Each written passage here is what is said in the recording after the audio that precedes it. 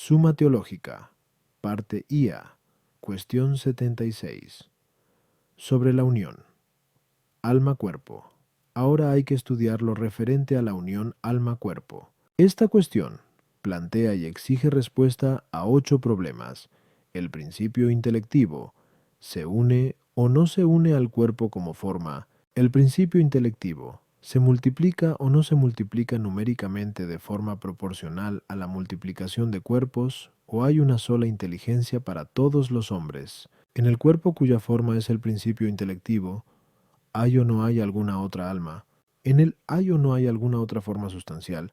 ¿Eso no es conveniente que el alma intelectiva se una al cuerpo correspondiente? ¿Se une o no se une al cuerpo a través de algún otro cuerpo? Y mediante algún accidente, el alma ¿está o no está totalmente en cualquier parte del cuerpo? Artículo 1. El principio intelectivo. ¿Se une o no se une al cuerpo como forma? Lat.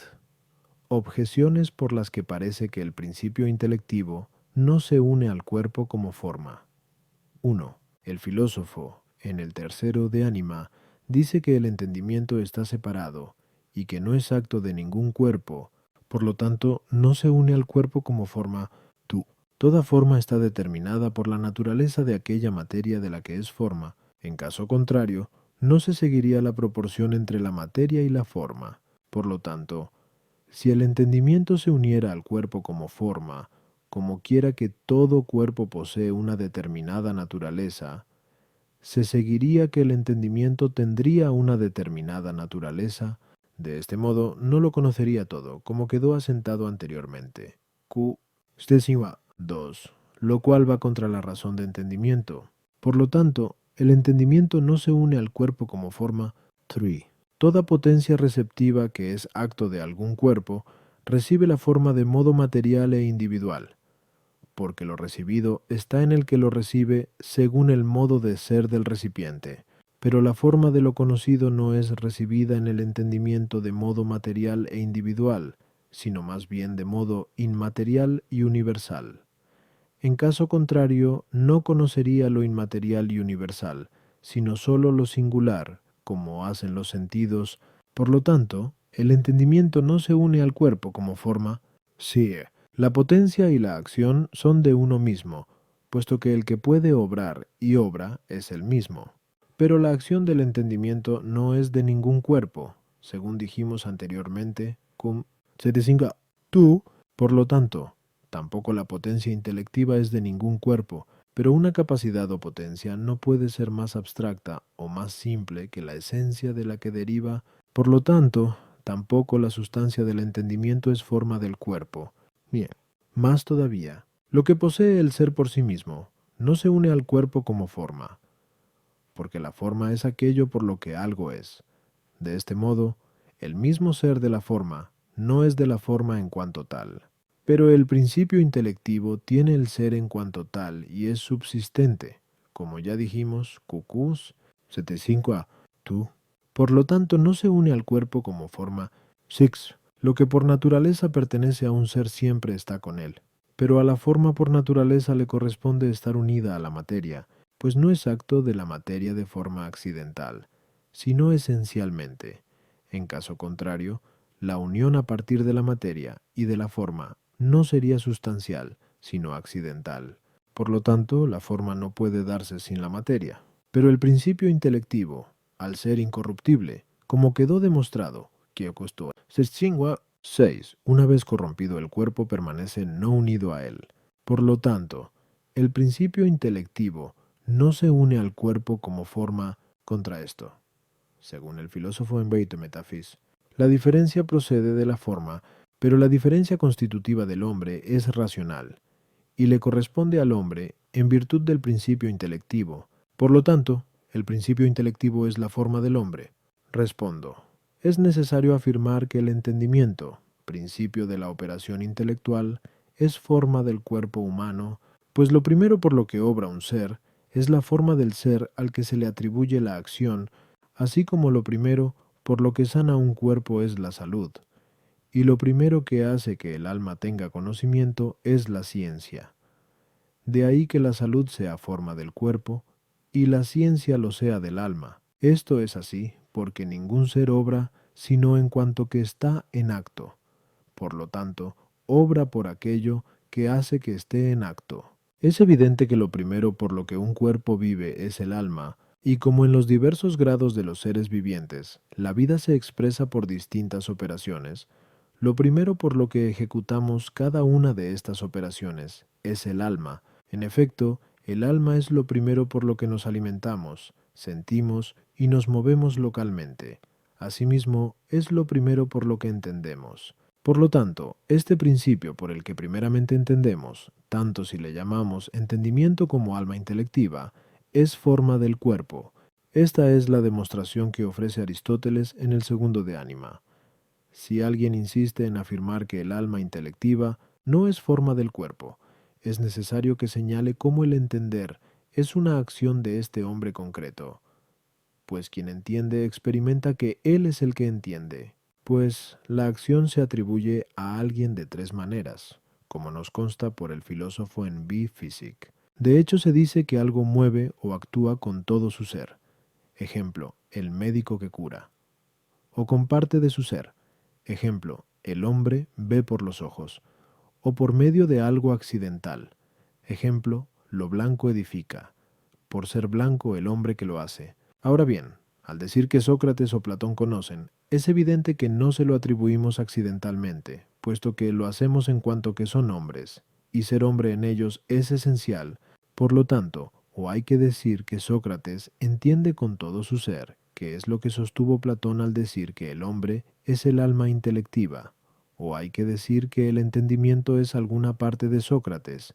Lo primero no es sostenible, como se demostró anteriormente, Kio 4, puesto que es el mismo hombre que percibe tanto el entender como el sentir no se da sin el cuerpo. De ahí que sea necesario que el cuerpo sea alguna parte del hombre. Por lo tanto, hay que concluir que el entendimiento con el que Sócrates entiende es alguna parte de Sócrates, así como que el entendimiento de algún modo está unido al cuerpo de Sócrates. En el tercero de Ánima, el comentarista dice que dicha unión se realiza por la especie inteligible, lo cual tiene un doble sujeto. Uno, el entendimiento posible.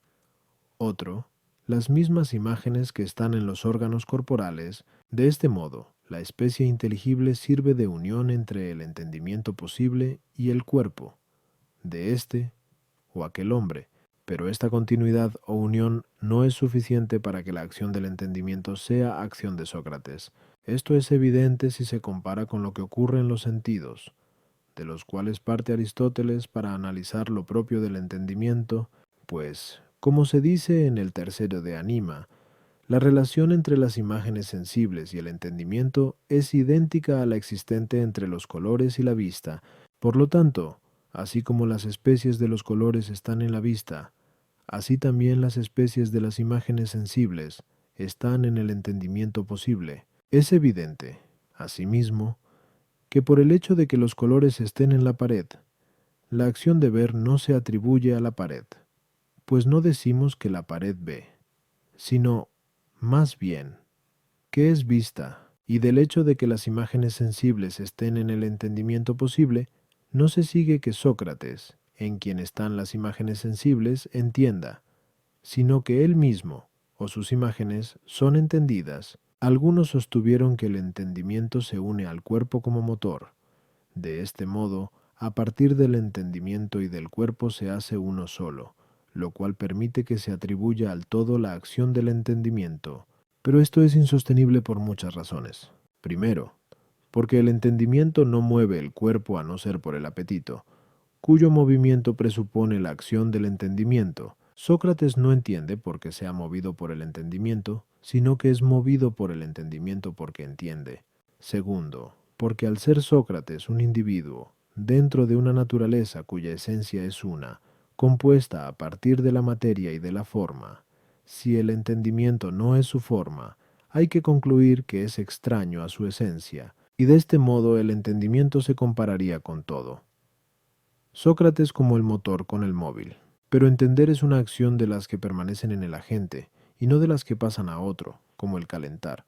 Por lo tanto, entender no puede ser atribuido a Sócrates por el hecho de que esté movido por el entendimiento. Tercero, porque la acción del motor nunca se atribuye a lo movido a no ser como instrumento, como se atribuye a la sierra la acción del carpintero. Así, pues, si entender se atribuye a Sócrates porque es la acción de su motor, se concluiría que se le atribuye como instrumento, lo cual va contra la opinión del filósofo, que sostiene que el entender no se debe al instrumento corpóreo.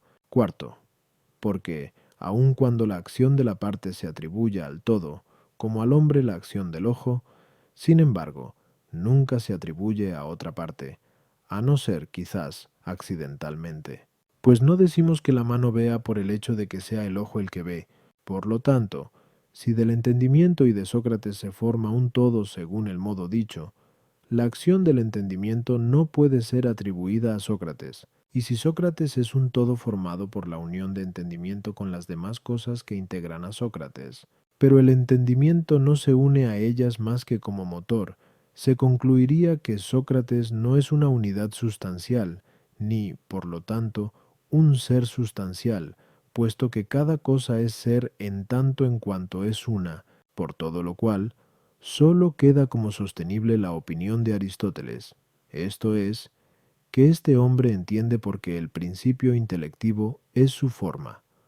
Así, por la misma operación del entendimiento se demuestre a que el principio intelectivo se une al cuerpo como forma. Esto también puede resultar evidente partiendo del análisis de la naturaleza de la especie humana, pues la naturaleza de cualquier cosa queda manifestada por su operación, pero la operación propia del hombre en cuanto hombre es la de entender, pues por ella supera a todos los animales. Por eso Aristóteles en el libro Étic, en esta operación, la más propia del hombre, coloca la plena felicidad.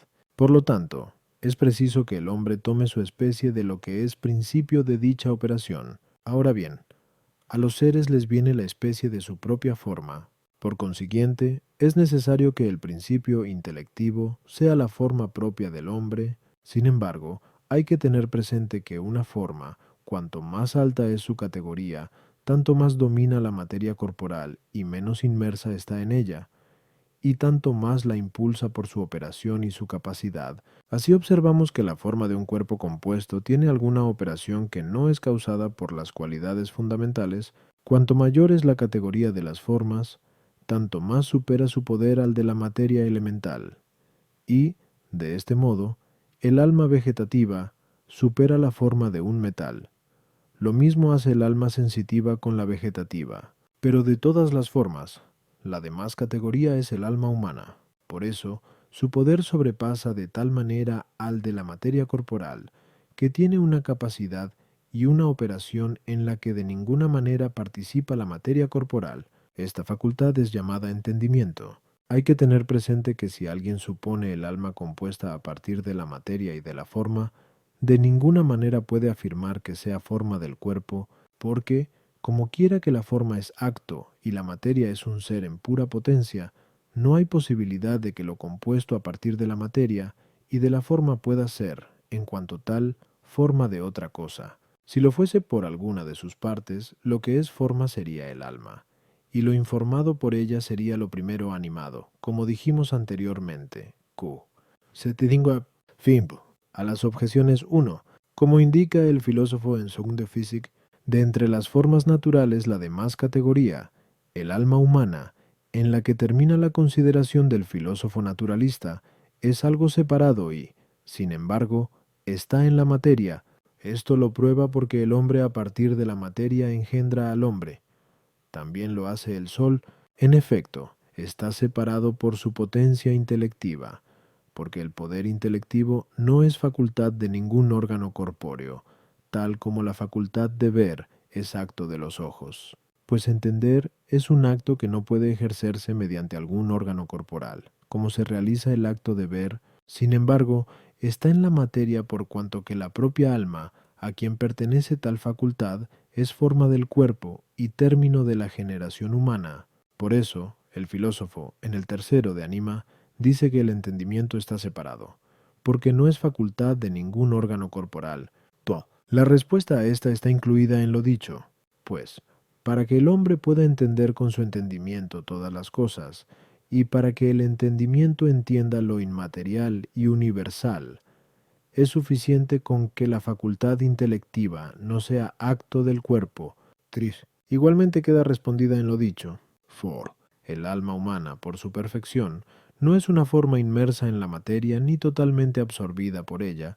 Por lo tanto, no hay inconveniente en que alguna de sus facultades no sea acto del cuerpo, aunque por su esencia sea forma del cuerpo. Funk. El alma comunica el mismo ser con que ella subsiste con la materia corporal, y de ésta y del alma intelectiva se forma una sola entidad de suerte, que el ser que tiene todo el compuesto es también el ser del alma. Esto no ocurre en las otras formas no subsistentes. Por esto el alma permanece en su ser cuando se corrompe el cuerpo, y no, en cambio, las otras formas.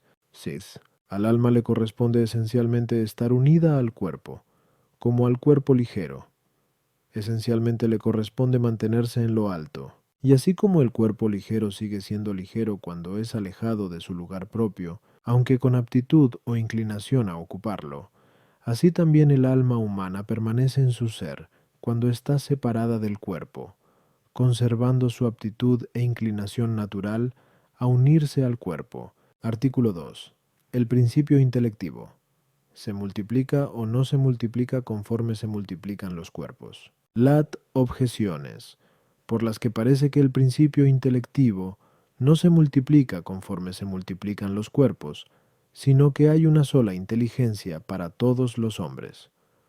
1. Ninguna sustancia inmaterial se multiplica numéricamente dentro de la misma especie, pero el alma humana es sustancia inmaterial, pues no está compuesta a partir de la materia y de la forma, según se demostró anteriormente. Qui 75 at 5. Por lo tanto, no hay muchas almas de la misma especie, pero todos los hombres son de la misma especie. Por lo tanto, hay un solo entendimiento para todos los hombres. 2. Anulada. La causa, anulado el efecto, por lo tanto, si al multiplicarse los cuerpos se multiplicaran las almas, parece que hay que concluir que, anulados los cuerpos, no se daría la variedad en las almas, puesto que todas ellas quedarían reducidas a un solo ser. Esto es herético, pues, de ser así, desaparecería la diferencia que hay entre premios y penas. 3. Si mi entendimiento es distinto del tuyo, el mío es individual, lo mismo que el tuyo, pues las realidades particulares se diferencian en el número y coinciden en la especie, pero todo lo que es recibido en algo está en él tal como es el que lo recibe. Por lo tanto, las especies de las realidades son recibidas en mi entendimiento y en el tuyo individualmente. Esto es contrario a la naturaleza del entendimiento, conocedor de los universales. Por lo que es entendido se encuentra en el entendimiento del que entiende. Por lo tanto, si mi entendimiento es distinto del tuyo, es necesario que lo que yo entiendo sea distinto de lo que entiendes tú. De ser así, tendríamos objetos numéricamente individuales, y el entendimiento solo estaría en potencia, siendo del todo necesario abstraer el concepto común a ambos, porque de objetos distintos, sean los que sean, se puede abstraer un concepto inteligible común, lo cual se opone a la naturaleza del entendimiento, ya que no se distinguiría de la facultad de la imaginación. Por lo tanto, parece que todos los hombres tienen un solo entendimiento. Fa. Cuando el discípulo recibe la enseñanza del maestro, no puede decirse que la ciencia del maestro engendre la ciencia en el discípulo, porque, de ser así, la ciencia sería una forma activa como el calor. Esto es evidentemente falso, por lo tanto, parece que la ciencia que tiene el maestro, la misma numéricamente, debe pasar al discípulo. Esto no es posible, a no ser que el entendimiento de ambos sea el mismo. Por lo tanto, parece que sea uno solo el entendimiento del discípulo y el del maestro. Consecuentemente, también el de todos los hombres. Psiquia. En el libro De Quantitate Animae, dice Agustín: si dijera únicamente que hay muchas almas, me estaría riendo de mí mismo, pero parece que el alma es sobre todo una sola en cuanto al entendimiento. Por lo tanto, uno es el entendimiento de todos los hombres. Contra esto está lo que dice el filósofo en sus Physique. Lo que las causas universales son con respecto a lo universal, eso mismo lo son las particulares con respecto a lo particular, pero es imposible que un alma de una especie esté en animales de distinta especie. Por lo tanto, también es imposible que un alma intelectiva, numéricamente la misma, esté en seres numéricamente diversos. Respondo. Que el entendimiento sea tan solo uno para todos los hombres es del todo imposible. Esto resulta evidente si, siguiendo a Platón, el hombre es su mismo entendimiento, pues habría que concluir que, si el entendimiento de Sócrates y de Platón es solo un entendimiento, Sócrates y Platón son un solo hombre, y no se distinguirían entre sí más que por elementos ajenos a sus respectivas esencias. La diferencia entre Sócrates y Platón, suponiendo lo dicho, no sería mayor que la existente en un hombre por llevar una túnica o llevar una capa. Esto es totalmente absurdo. Igualmente resulta imposible si, siguiendo a Aristóteles, afirmamos que el entendimiento es parte o potencia del alma, que es la forma del hombre, pues es tan imposible que muchas cosas numéricamente distintas tengan la misma forma, como imposible es que tengan el mismo ser, ya que la forma es principio de ser. Igualmente resulta imposible, se explique como se explique, la unión del entendimiento con este o aquel hombre, por ser evidente que, cuando el agente principal es uno solo y los instrumentales dos, puede decirse que hay, en el fondo, un solo agente y varias acciones, pues, en el caso de que un hombre tocase objetos distintos con las dos manos, lo que toca es uno, pero los contactos son dos. Por el contrario, si hay un solo instrumento y varios agentes principales, se dice que hay muchos agentes, pero que la acción es solo una. Ejemplo, si entre muchos arrastran una embarcación tirando de la misma amarra, los que tiran serán muchos, pero la acción una sola. Si no hubiera más que un solo agente principal y un solo instrumento, se dice que hay un solo agente y una sola acción. Ejemplo, un carpintero golpea con un solo martillo. Hay un solo percusor y una sola percusión. Es evidente que, cualquiera que sea el modo como el entendimiento se une o se funde a este o con aquel hombre, entre todas las cosas propias del hombre, el entendimiento es, sin duda alguna, la principal, puesto que las fuerzas sensitivas obedecen y están sometidas al entendimiento. Por lo tanto, si suponemos que dos hombres tienen distinto entendimiento y un mismo sentido, por ejemplo, un solo ojo para ambos, quienes verían serían dos, pero la visión solo una. En cambio, si tienen un mismo entendimiento, cualquiera que sea la diversidad de cosas que el entendimiento usa, y como instrumentos, tanto Sócrates como Platón no serían más que un solo sujeto inteligente. Si a todo esto añadimos que el entender, como acción propia del entendimiento, no se lleva a cabo mediante ningún otro órgano, sino sólo por el entendimiento, nos encontramos que uno solo es el agente y una sola la acción, esto es, todos los hombres son un solo sujeto inteligente, y todos tienen la misma acción de entender. Con respecto a esto último, se habla de un mismo sujeto inteligible. Por otra parte, mi acción intelectual podría distinguirse de la tuya por la diversidad de imágenes sensibles, es decir, porque la imagen de la piedra que hay en mí es distinta de la que hay en ti. Si la imagen, en cuanto que es algo en mí y algo distinto en ti, fuera la forma del entendimiento posible, porque un mismo agente, obrando diversamente, produce acciones diversas, al igual que en virtud de las diversas formas de los objetos. Son distintas las visiones de la vista, pero la imagen sensible no es la forma del entendimiento posible, sino la especie inteligible abstraída de dichas imágenes. Y en un mismo entendimiento no se abstrae de las distintas imágenes sensibles del mismo orden más que una sola especie inteligible. Esto resulta evidente cuando comprobamos que en un mismo hombre puede haber distintas imágenes de piedras y, sin embargo, de todas ellas no es abstraída más que una sola especie inteligible de piedra, por la cual el entendimiento de cada hombre entiende con una sola operación la naturaleza de la piedra, a pesar de la diversidad de imágenes. Por lo tanto, si todos los hombres tuvieran el mismo entendimiento, la diversidad de imágenes en ellos no podría fundamentar la distinción entre la operación intelectual de un hombre y la operación intelectual de otro. Como se imaginaba el comentarista en el Tercera de Ánima, hay que concluir, por tanto, que es completamente imposible e incongruente decir que hay un mismo entendimiento para todos los hombres. A las objeciones 1. Aunque el alma no tenga materia a partir de la cual ha sido hecha, como tampoco el ángel, sin embargo, es forma de alguna materia, y esto no es propio del ángel. De este modo, y atendiendo a la división de la materia, muchas son las almas dentro de una misma especie. En cambio, no puede haber muchos ángeles de una misma especie. Cada cosa tiene unidad tal como tiene el ser, y, consecuentemente, es idéntico el juicio sobre la multiplicación de algo y sobre la multiplicación de su ser. Es evidente que el alma intelectual se une según su propio ser al cuerpo como forma, y sin embargo, destruido el cuerpo, el alma intelectual conserva su ser.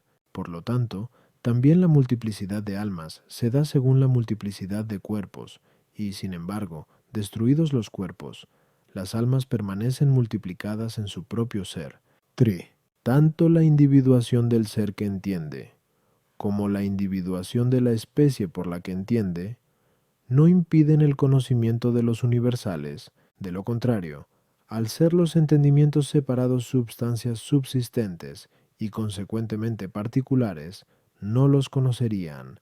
Pero la materialidad del ser que conoce y la de la especie por la que conoce impiden el conocimiento del universal, pues, así como toda acción se realiza según el modo de ser de la forma por la que actúa el agente, como el calentar según el modo del calor, así también el conocimiento se realiza según el modo de ser de la especie, en virtud de la que se conoce. Ahora bien, es evidente que la naturaleza común se distingue y multiplica por los principios de individuación que provienen de la materia.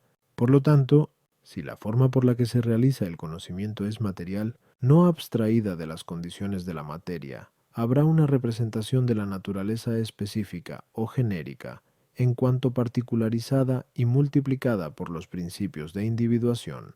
De este modo, no podrá ser conocida la naturaleza de algo en su realidad común. En cambio, si la especie está despojada de las condiciones de la materia individual, tendrá la representación de una naturaleza sin aquello que la distingue y multiplica. Así es como se conoce el universal. Con respecto a esto, poco importa que haya un solo entendimiento, o muchos, porque, aunque hubiera uno solo, sería necesario que tanto el entendimiento como la especie por la que entiende fuesen algo concreto.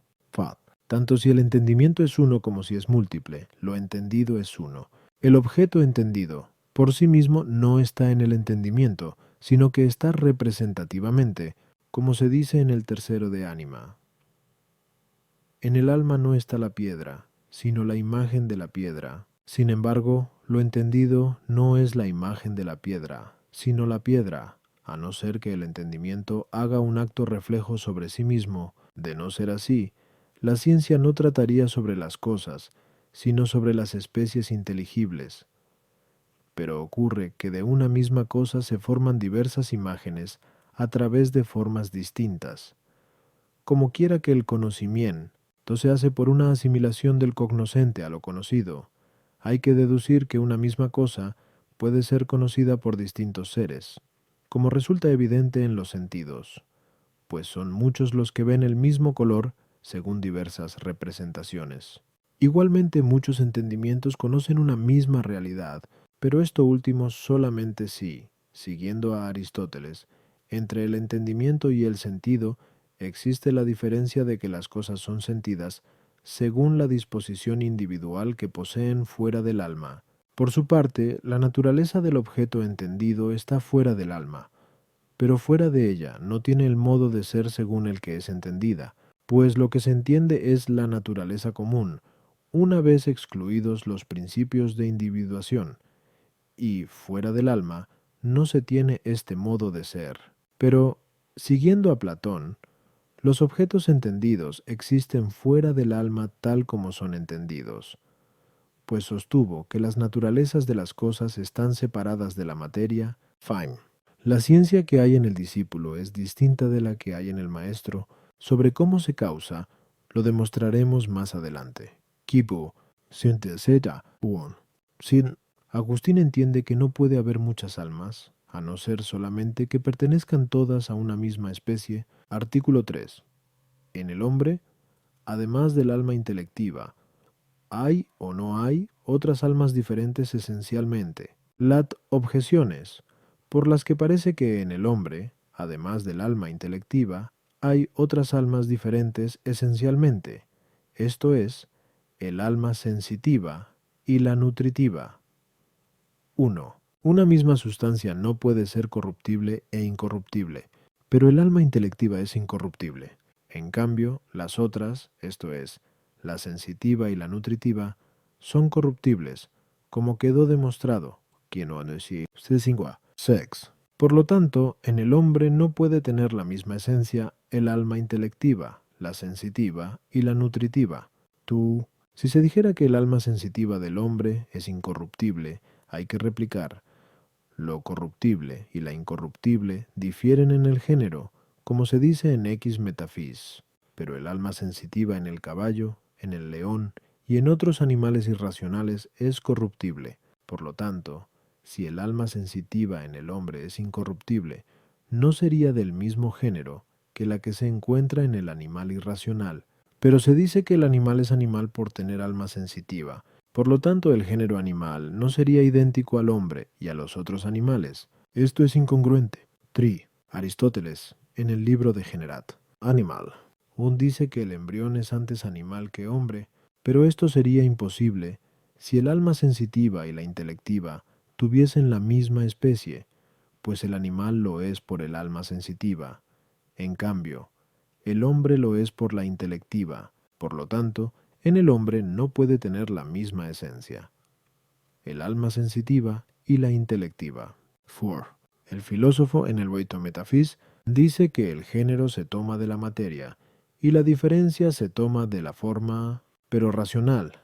Diferencia constitutiva del hombre se toma del alma intelectiva. En cambio, animal se toma del hecho de tener un cuerpo animado por el alma sensitiva. Por lo tanto, el alma intelectiva se relaciona con el cuerpo animado por el alma sensitiva como la forma con la materia. Por lo tanto, en el hombre no tiene la misma esencia el alma intelectiva que la sensitiva, sino que la presupone como sujeto material. Contra esto está lo que se dice en el libro de Ecles, Dogmat. No decimos que en un mismo hombre haya dos almas, como sostuvieron Jacobo y otros autores sirios. Una animal, por la que es animado el cuerpo y está mezclada con la sangre, y otra espiritual, al servicio de la razón, sino que afirmamos que hay una sola y la misma alma en el hombre, la que por su unión con el cuerpo lo vivifica y por la razón se gobierna a sí misma. Respondo.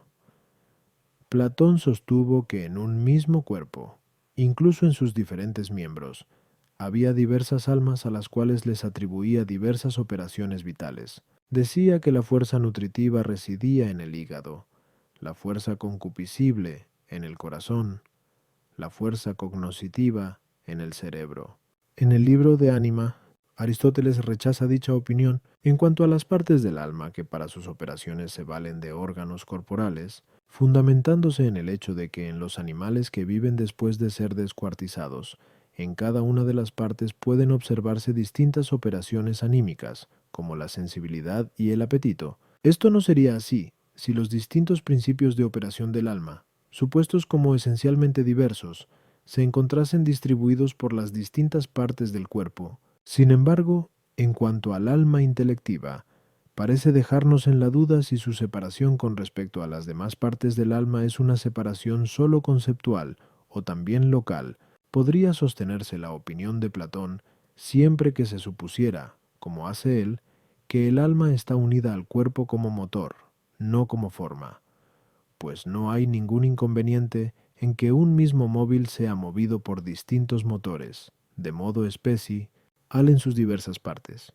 Pero si suponemos que el alma se une al cuerpo como forma, resulta totalmente imposible que en un mismo cuerpo haya muchas almas esencialmente distintas. Esto se puede probar por tres razones. 1. La primera, porque el animal en el que hubiese muchas almas esencialmente no sería uno. Pues nada es esencialmente uno, sino en virtud de la forma única por la que tiene el ser, puesto que del mismo modo se tiene el ser que la unidad. Por eso, las realidades cuya denominación se debe a formas diversas, esencialmente no son una. Ejemplo, hombre blanco. Pues si el hombre, en virtud de una forma, esto es, el alma vegetativa, tuviese el vivir, y en virtud de otra, esto es, el alma sensible, tuviese el ser animal, y de una tercera, esto es, el alma racional, tuviera el ser hombre, habría que concluir que no es esencialmente uno. Así argumenta Aristóteles contra Platón en Veto Metafis, cuando dice que si la idea de animal y la de bípedo fuesen distintas, animal bípedo no constituiría una unidad absoluta. Por eso, en Ide Anima, contra los que sostienen que en un mismo cuerpo hay distintas almas, pregunta, ¿qué es lo que las contiene? Es decir, ¿qué es lo que las establece en una sola unidad? No puede responderse que se unan por la unidad del cuerpo, pues, más bien, el alma contiene al cuerpo haciéndolo uno, y no al revés. La segunda, por el modo de predicación, pues los predicados tomados de distintas formas, se predican unos de otros de modo accidental, cuando las formas no están relacionadas entre sí. Ejemplo, lo blanco es dulce. Si las formas están relacionadas entre sí, la predicación es necesaria siguiendo el segundo modo de predicación esencial, porque el sujeto entra en la definición del predicado. Ejemplo, debido a que el color presupone la superficie, si decimos que la superficie de un cuerpo está pintada, tendremos el segundo modo de predicación esencial. Por lo tanto, si la forma por la que se dice que un ser es animal es distinta de aquella por la que se dice que es hombre, habría que concluir o que uno de estos atributos no se puede predicar del otro, a no ser accidentalmente, esto es, siempre que las dos formas no estén relacionadas entre sí, o se tendrá el segundo modo de predicación esencial si una de las almas es presupuesto para la otra. Todo esto es resueltamente falso, pues animal se predica del hombre esencialmente y no de modo accidental. Hombre no entra en la definición de animal, sino al revés. Por lo tanto, es necesario que la forma que hace a algo ser animal y la que lo hace ser hombre sea la misma. De lo contrario, el hombre no sería verdaderamente animal como lo es, ya que animal se predica del hombre esencialmente. 3. La tercera, porque cuando una operación del alma es intensa, impide la otra. Esto no sería así si el principio de las operaciones no fuese esencialmente uno, por lo tanto hay que decir, el alma sensitiva, la intelectiva y la nutritiva, en el hombre son numéricamente la misma. ¿Cómo sucede esto? Se puede comprobar fácilmente reflexionando sobre las diferencias de las especies y de las formas, pues observamos que las especies y las formas se distinguen entre sí por su mayor o menor perfección. De este modo, en el orden natural, los seres animados son más perfectos que los inanimados, los animales son más perfectos que las plantas, el hombre más perfecto que los animales, y aun dentro de estos géneros hay diversos grados. Así, Aristóteles, en Vieto Metafis, compara las especies de las cosas a los números, que varían de especie por la suma o resta de la unidad, y en segundo de ánima compara las diversas almas a las especies de las figuras, en las que unas contienen a otras, como el pentágono contiene al cuadrilátero y es mayor que él. Así pues, el alma intelectiva contiene virtualmente todo lo que hay en el alma sensitiva de los seres irracionales, y lo que hay en el alma vegetativa de las plantas.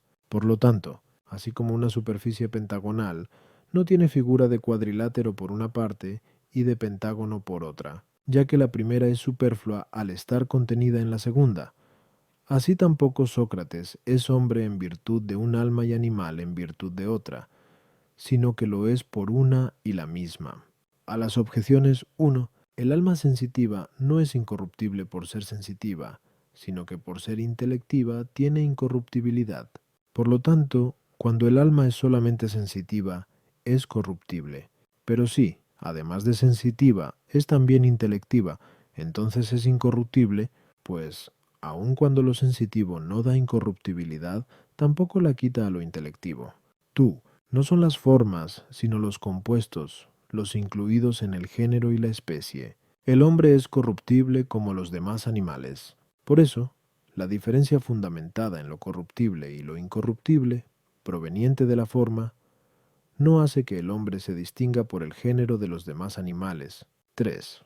Al principio, el embrión tiene un alma solo sensitiva que es sustituida por otra más perfecta, a la vez sensitiva e intelectiva, como trataremos exhaustivamente más adelante. Qui 118 a tú a tú. 4. No es necesario que a los diversos conceptos e intenciones lógicas propias de nuestro modo de entender les correspondan en la naturaleza objetos distintos, ya que el entendimiento puede concebir algo de distintos modos, así pues porque, tal como acabamos de decir, el alma intelectiva virtualmente contiene la sensitiva, superándola. La razón puede concebir separadamente lo que es propiamente sensitivo como algo imperfecto y material, y tal como lo encuentra, común al hombre y a los demás animales, así establece el concepto de género. En cambio, aquello en lo que el alma intelectiva supera a la sensitiva, lo considera como formal y completivo, estableciendo así la diferencia de hombre. Artículo 4. En el hombre, además del alma intelectiva, ¿hay o no hay otra forma? Lato objeciones por las que parece que en el hombre, además del alma intelectiva, hay otra forma. 1. El filósofo en el segundo de Ánima dice: el alma es el acto de un cuerpo físico que tiene la vida en potencia. Así, pues, el alma se relaciona con el cuerpo como la forma con la materia. Pero el cuerpo tiene alguna forma sustancial por la que es cuerpo. Por lo tanto, en el cuerpo, antes del alma, hay alguna forma sustancial. Tú. El hombre y cualquier animal se mueve a sí mismo.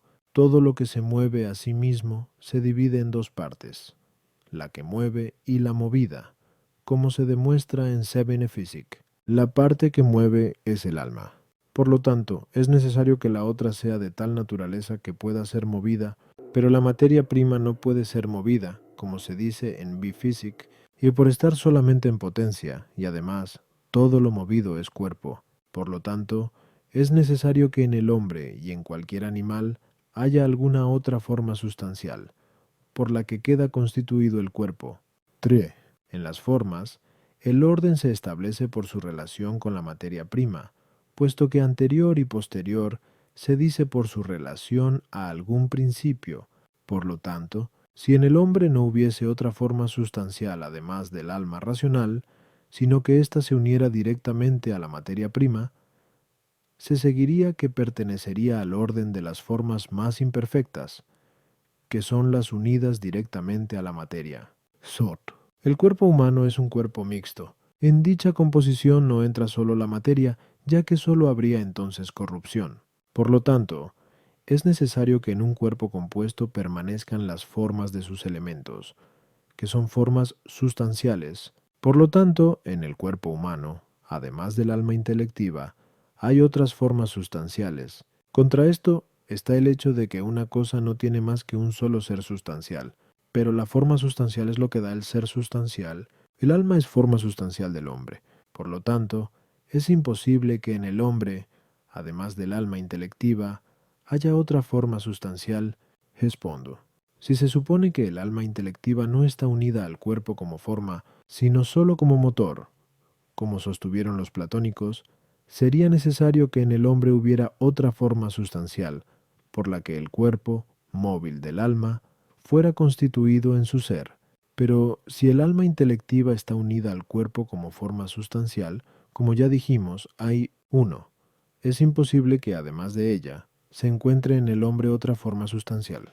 Para demostrarlo, hay que tener presente que la forma sustancial se distingue de la accidental en que ésta no da el ser en absoluto, sino tal ser. Ejemplo: el calor no hace que su sujeto sea ser en absoluto, sino ser caliente. De este modo, cuando sobreviene una forma accidental, no se dice que algo es formado o generado absolutamente, sino que se habla de haber recibido tal modalidad. Igualmente, cuando la pierde, no decimos que algo se corrompa totalmente, sino hasta cierto punto. En cambio, la forma sustancial da el ser en absoluto. De este modo, al aparecer, hablamos de generación absoluta de un ser, Al desaparecer, hablamos de total corrupción. Por eso, los antiguos naturalistas, que suponían que la materia prima era ser en acto, como el fuego, el aire o algo parecido, dijeron que nada se engendra ni se destruye totalmente, sino que se transforma, como se dice I physic. Si esto fuera así, y si además del alma intelectiva en la materia, preexiste alguna otra forma sustancial por la cual el sujeto del alma es un ser en acto, habría que concluir que el alma no comunica en absoluto el ser, ni, consecuentemente, es forma sustancial, y que ni el advenimiento del alma ocasionaría la generación en cuanto tal, ni su pérdida la destrucción, sino que sólo se darían de forma accidental. Esto es evidentemente falso. Por lo tanto, hay que decir que en el hombre no hay ninguna otra forma sustancial, a no ser el alma intelectiva, la cual, así como contiene virtualmente la sensitiva y la nutritiva, así también virtualmente contiene todas las formas inferiores, y por sí misma hace todo lo que las formas más imperfectas llevan a cabo en los demás seres. Lo mismo puede decirse del alma sensitiva en los animales irracionales, lo mismo de la vegetativa en las plantas, y, hablando en general, lo mismo de todas las formas más perfectas con respecto a las menos perfectas. A las objeciones 1. Aristóteles no dice que el alma sea solo acto del cuerpo, sino acto de un cuerpo físico y orgánico que tiene potencialmente vida, y que tal potencia no excluye al alma. Por eso resulta evidente que en aquello cuya alma es llamada acto, también se incluye el alma. También decimos que el calor es acto del cuerpo caliente, y la luz del luminoso, no porque un cuerpo sea luminoso sin la luz, sino porque lo lúcido lo es por la luz. Es así como se dice que el alma es acto del cuerpo, etc. Ya que por el alma es cuerpo, es orgánico y tiene vida en potencia, pero se dice que el acto primero está en potencia con respecto al segundo, que es la operación, pues tal potencia no expulsa, esto es, no excluye al alma. No. El alma no mueve al cuerpo por su ser, en cuanto que está unida como forma, sino por su fuerza motriz, cuyo acto presupone el cuerpo constituido en acto por el alma. Así, el alma, por su potencia motriz, es la parte que mueve, y el cuerpo animado, la parte movida. En la materia hay que distinguir distintos grados de perfección como ser, vivir, sentir y entender, pero cuando a un grado se añade otro, la perfección aumenta. Por lo tanto, la forma que solamente da a la materia el primer grado de perfección es muy imperfecta, pero la forma que da el primero, el segundo, el tercero y todos los demás es muy perfecta a pesar de estar unida directamente a la materia. Avicena estableció que las formas sustanciales de los elementos permanecen íntegras en todo compuesto. La composición se lleva a cabo por la neutralización de las cualidades opuestas de los elementos, pero esto es imposible, porque las distintas formas de los elementos no pueden existir más que en las diversas partes de la materia, cuya diversidad supone dimensiones sin las que la materia no puede ser divisible. La materia sometida a dimensiones solo se da en los cuerpos. Diversos cuerpos no pueden ocupar un mismo lugar. Por eso hay que concluir que los elementos en la composición ocupan lugares distintos. Así no se da una verdadera composición, en sí misma total, sino sólo aparente, resultado de la yuxtaposición de mínimas partículas. Averroes en tercero. De Caelo sostuvo que las formas de los elementos, debido a su imperfección, son formas intermedias entre las sustanciales y las accidentales. Consecuentemente, sometidas a aumento y disminución, por lo cual en el compuesto llegan a atenuarse hasta el punto de llegar a un nivel medio, componiendo, de esta manera, una forma. Pero esto es todavía más imposible, pues el ser sustancial de una cosa consiste en algo indivisible, y toda suma o resta hace variar la especie como sucede con los números, tal como se dice en Beito Metaphys. Por lo tanto, es imposible que una forma sustancial esté sometida al aumento o a la disminución, y no es menos imposible que exista algo intermedio entre la sustancia y el accidente. Por lo tanto, hay que decir, según el filósofo Nini de Generat, que las formas de los elementos permanecen en el compuesto no en acto, sino virtualmente, pues permanecen las cualidades propias de los elementos, aunque atenuadas, en los que reside el poder de las formas elementales. Igualmente, La cualidad de la composición es la disposición propia para la forma sustancial del cuerpo compuesto, como para la forma de la piedra o del alma de cualquier ser. Artículo 5. ¿Es o no es conveniente que el alma intelectiva se una al cuerpo correspondiente? Lat. Objeciones por las que parece que no es conveniente que el alma intelectiva se una al cuerpo correspondiente. 1. La materia debe ser proporcionada a la forma, pero el alma intelectiva es una forma incorruptible, por lo tanto no se une convenientemente a un cuerpo corruptible. Sí, el alma intelectiva es una forma sumamente inmaterial, y lo prueba el hecho de que tiene operaciones en las que no participa la materia corpórea. Pero cuanto más sutil es un cuerpo, tanta menos materia tiene. Por lo tanto, el alma debería estar unida a un cuerpo sumamente sutil, como el fuego, y no a un cuerpo compuesto y más terrestre. 3. Como quiera que la forma es principio de la especie, de una sola forma no provienen especies distintas, pero el alma intelectiva es una forma, por lo tanto no debe estar unida a un cuerpo compuesto de partes de distintas especies. Cuanto más perfecta es la forma, más perfecto debe ser el sujeto que la recibe, pero el alma intelectiva es la más perfecta de las almas.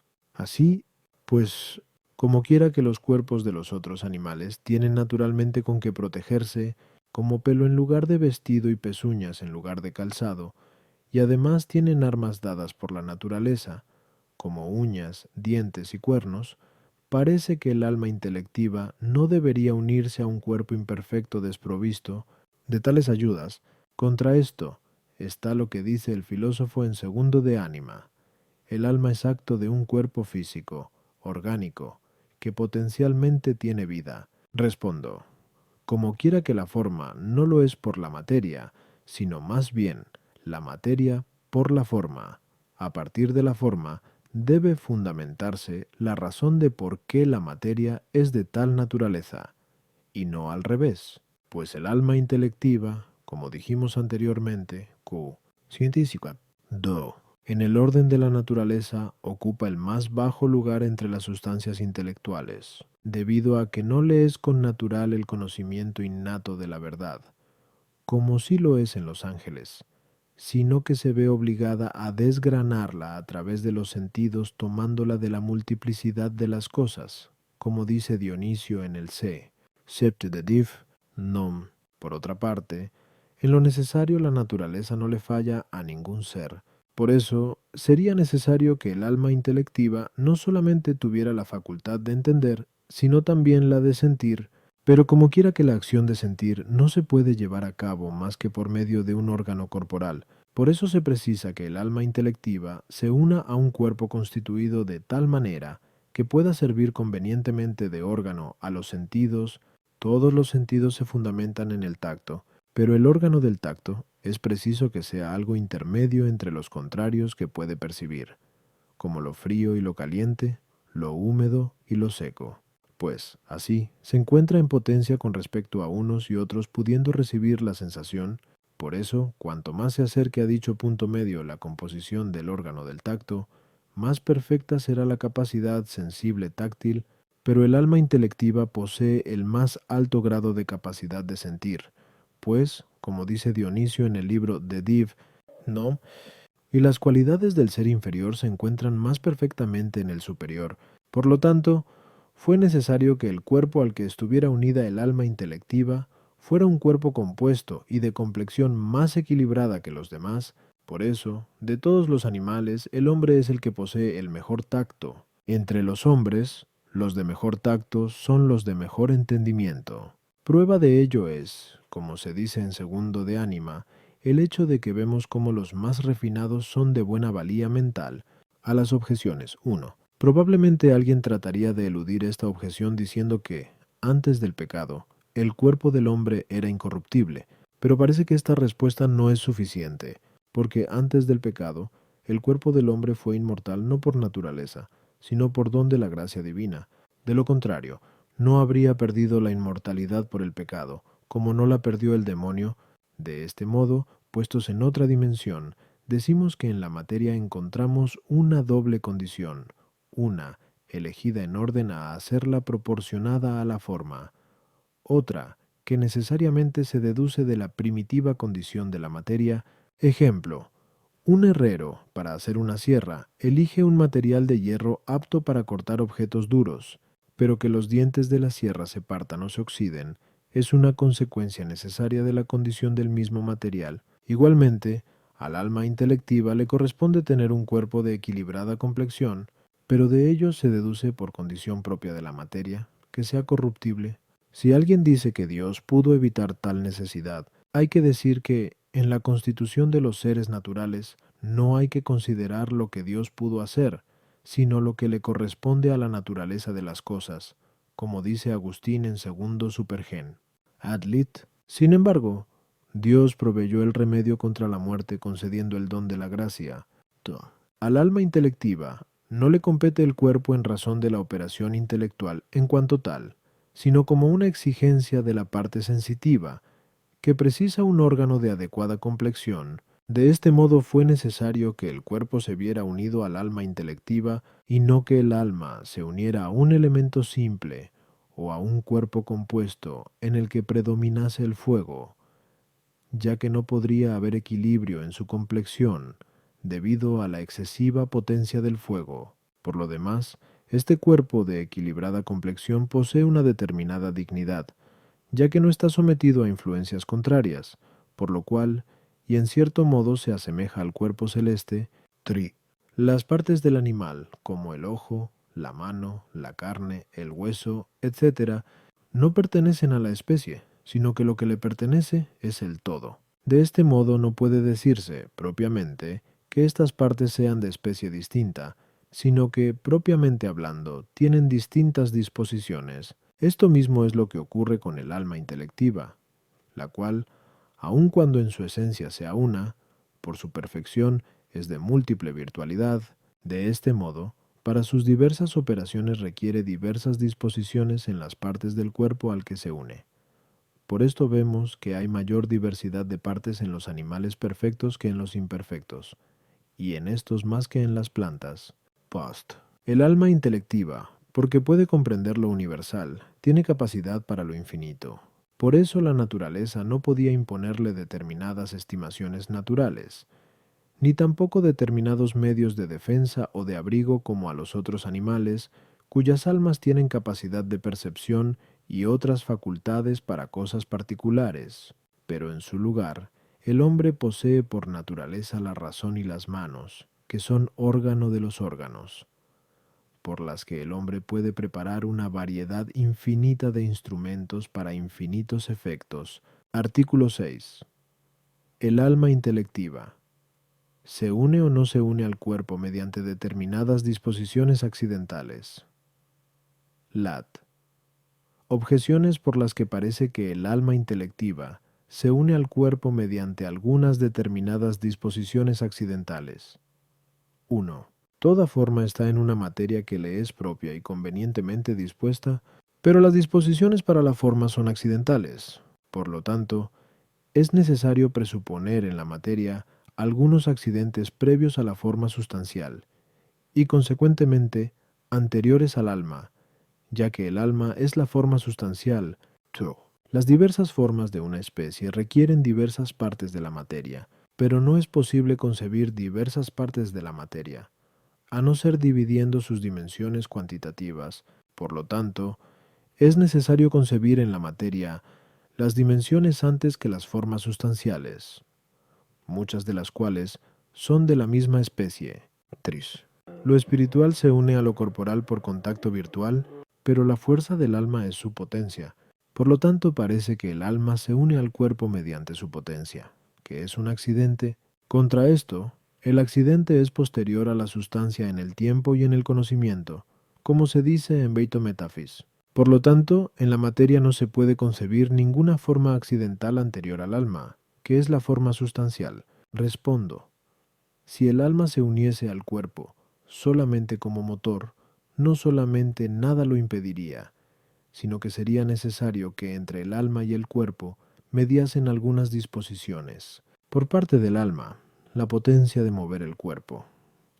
Por parte del cuerpo, una cierta aptitud para ser movido por el alma, Pero si el alma se une al cuerpo como forma sustancial, como dijimos anteriormente, poner en antes. 1. Es imposible que medie alguna disposición accidental entre el alma y el cuerpo, o entre cualquier forma sustancial y su materia.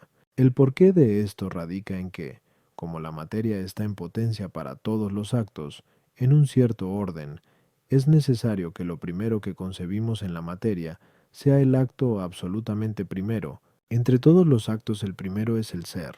Por eso, resulta imposible concebir que la materia sea caliente o extensa antes de que exista en acto, pero el ser en acto lo es por la forma sustancial, que da el ser absolutamente, según dijimos, a por. Por eso es imposible que en la materia preexistan, anteriormente a la forma sustancial, algunas disposiciones accidentales, ni, consecuentemente, previas a su unión con el alma.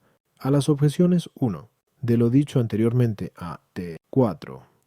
Resulta evidente que la forma más perfecta contiene virtualmente lo propio de las formas inferiores y, por lo tanto, permaneciendo una y la misma, perfecciona a la materia en los diversos grados de perfección, pues una y la misma es, esencialmente, la forma por la que el hombre es ser en acto, y es cuerpo, viviente, animal y hombre. Es evidente también que cada género tiene sus propios accidentes. Por lo tanto, así como la materia se concibe perfecta en el ser anteriormente a su corporeidad y a otros atributos, así también se conciben los accidentes propios del ser como anteriores a la corporeidad. Igualmente se pueden considerar en la materia las disposiciones anteriores a la forma, no en cuanto a todo efecto suyo, sino sólo en cuanto al de grado inferior.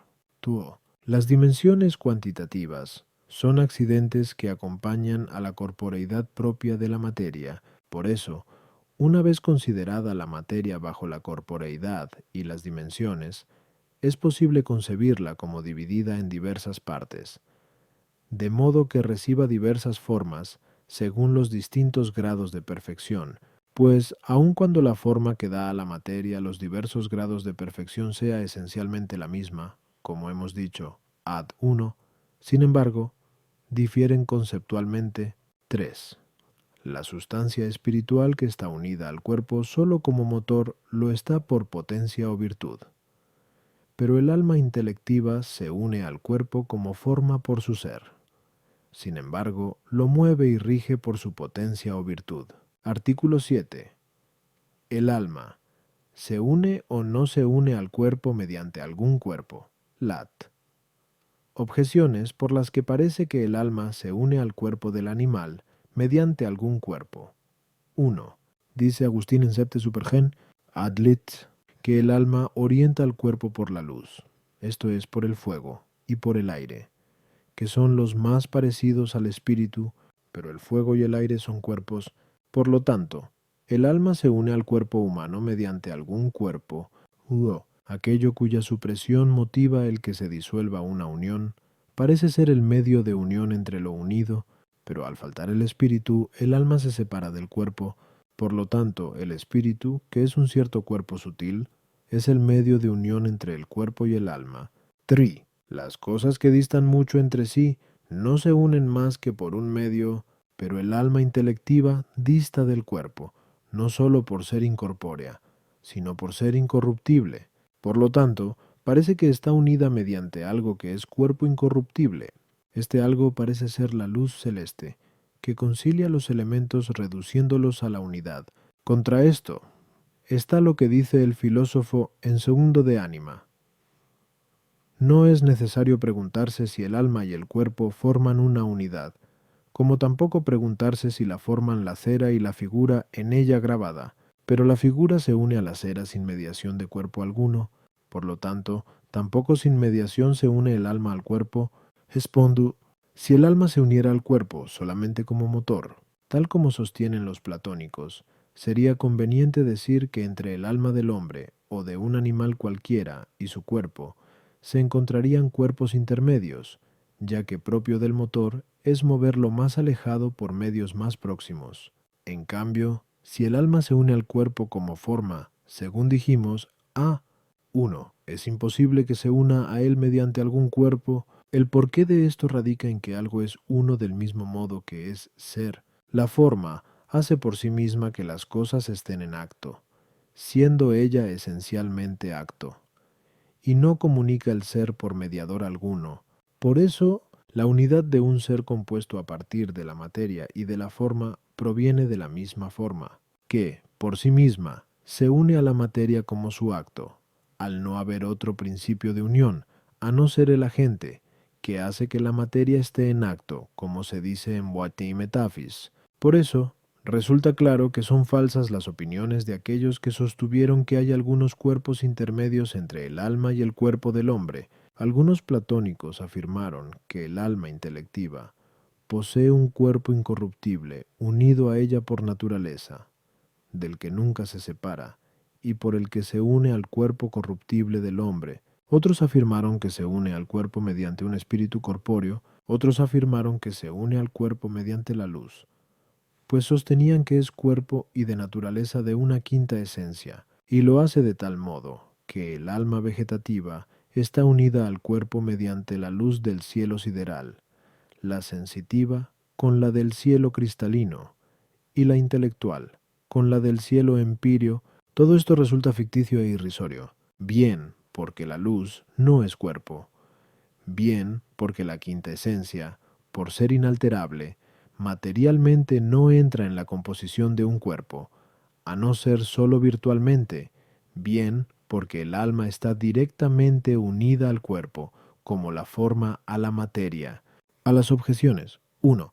Agustín está hablando del alma en cuanto que mueve al cuerpo, por eso utiliza la palabra orientar. Es cierto que mueve las partes más espesas del cuerpo mediante las más sutiles, y que el primer instrumento de su fuerza motriz es el espíritu, como dice el filósofo en el libro De causa motus animalium.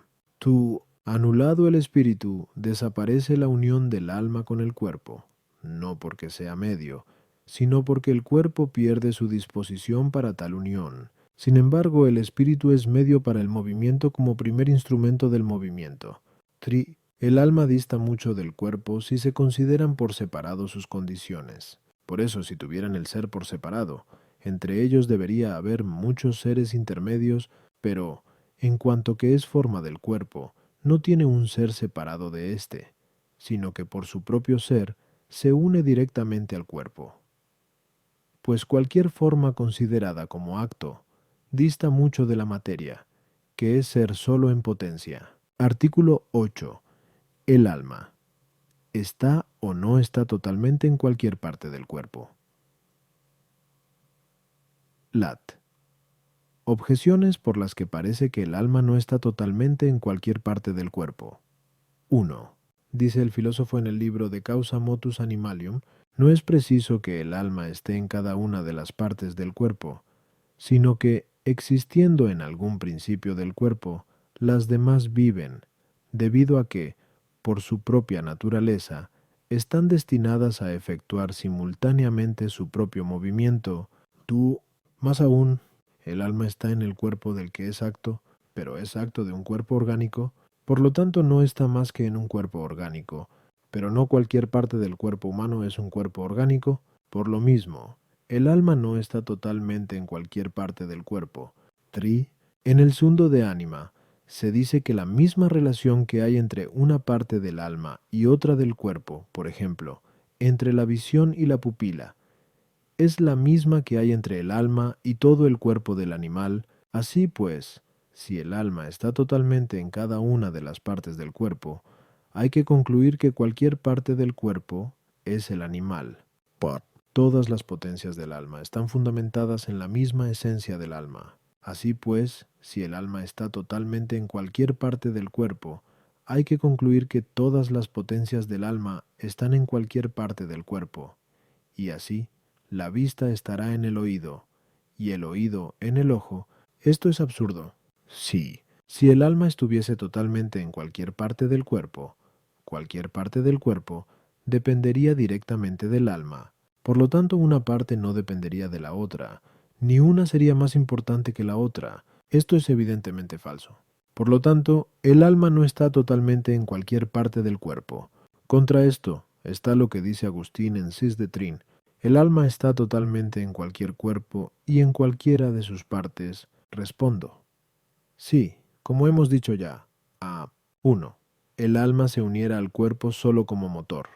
Se podría decir que no está en cada una de sus partes, sino solamente en una por la que movería las demás. Pero porque el alma se une al cuerpo como forma, es necesario que esté en todo él y en cada una de sus partes, pues no es forma accidental del cuerpo, sino forma sustancial. La forma sustancial no es solamente perfección del todo, sino de cada una de sus partes. Como quiera que el todo está compuesto a partir de las partes, la forma del todo que no diese el ser a cada una de las partes del cuerpo sería una forma de composición y orden. Ejemplo, la forma de una casa. Esta es una forma accidental, en cambio el alma es forma sustancial. Por eso, es necesario que sea forma y acto no solamente del todo, sino de cada una de sus partes. De este modo, así como al separarse el alma no hablamos de hombre o de animal, a no ser equívocamente como llamamos animal al pintado o al tallado, lo mismo debemos decir con respecto a la mano y al ojo, a la carne y al hueso, como dice el filósofo. Prueba de ello es que cuando el alma se separa, ninguna parte del cuerpo realiza sus funciones propias, mientras que todo lo que conserva su especie retiene la operación específica. El acto se encuentra en el sujeto del que es acto. Por eso es necesario que el alma esté en todo el cuerpo y en cada una de sus partes. Que esté totalmente en cada una de sus partes se deduce al considerar las tres clases de totalidad en conformidad con la triple división del todo, pues es el todo lo que se divide en partes. Hay un todo que se divide en partes cuantitativas, como la totalidad de una línea o de un cuerpo. Otros se dividen en partes de razón y de esencia, como lo definido, en las partes de la definición, y lo compuesto, en materia y forma. El tercer modo es el todo potencial, que se divide en partes virtuales. El primer modo de totalidad no le corresponde a las formas, a no ser accidentalmente tal vez, y sólo a aquellas formas que se ordenan indistintamente al todo cuantitativo y a sus partes. Ejemplo: la blancura, por su naturaleza. Lo mismo puede estar en toda la superficie de un cuerpo que en cada parte. Por eso, al dividir la superficie, la blancura se divide accidentalmente, pero una forma que precisa diversidad de las partes, como el alma, sobre todo el alma de los animales superiores, no se ordena indistintamente al todo que a las partes. Por eso no se divide accidentalmente por división cuantitativa. De este modo, ni esencial ni accidentalmente se puede atribuir al alma la totalidad cuantitativa, pero la segunda totalidad, la fundamentada en la perfección conceptual y esencial, les corresponde a las formas en sentido propio y esencial, igualmente la totalidad virtual, ya que la forma es el principio de la operación. Por lo tanto, si se preguntase por la blancura, si está toda en la superficie y en cada una de las partes, es necesario hacer una distinción. Si se habla de la totalidad cuantitativa que la blancura tiene accidentalmente, no toda la blancura está en cada una de las partes de la superficie. Lo mismo habría que decir de la totalidad virtual, ya que más puede centrar la vista la blancura de toda una superficie que la de una parte minúscula. Pero si se trata de totalidad específica y esencial, toda la blancura está en cada una de las partes de la superficie, pero porque el alma no tiene ni esencial ni accidentalmente totalidad cuantitativa, como acabamos de decir, sol. Es suficiente con decir que está toda en cada parte del cuerpo según su totalidad de perfección y de esencia, si bien no según su totalidad virtual, porque no está, en cuanto a cada una de sus potencias, en cada parte del cuerpo, sino que por la potencia visual está en el ojo, y por la auditiva en el oído, y así en lo demás. Sin embargo, hay que tener presente que, porque el alma exige diversidad de partes, no está referida al todo de la misma forma que lo está a las partes. Al todo se refiere de forma necesaria y esencial, como a su propio y proporcionado perfectible a las partes, secundariamente, en cuanto que están orientadas al todo. A las objeciones. 1. El filósofo está hablando de la fuerza motriz del alma. El alma es acto de un cuerpo orgánico, en cuanto que éste es su primero y proporcionado perfectible.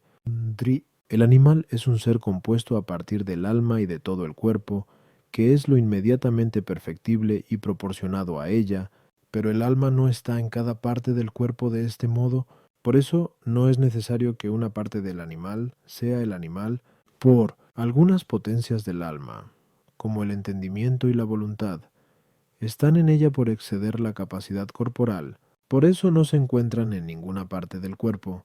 En cambio, otras potencias son comunes al alma y al cuerpo, por eso no es necesario que cada una esté allá donde esté el alma, sino solamente en aquella parte del cuerpo proporcionada a la operación de dicha potencia. Pin. Se dice que una parte del cuerpo es más importante que otra en razón de las diversas potencias de las que son órganos, pues la parte que es órgano de la potencia más importante, esa es la parte más importante del cuerpo. También puede decirse lo mismo de aquella que le sirve de un modo más sobresaliente.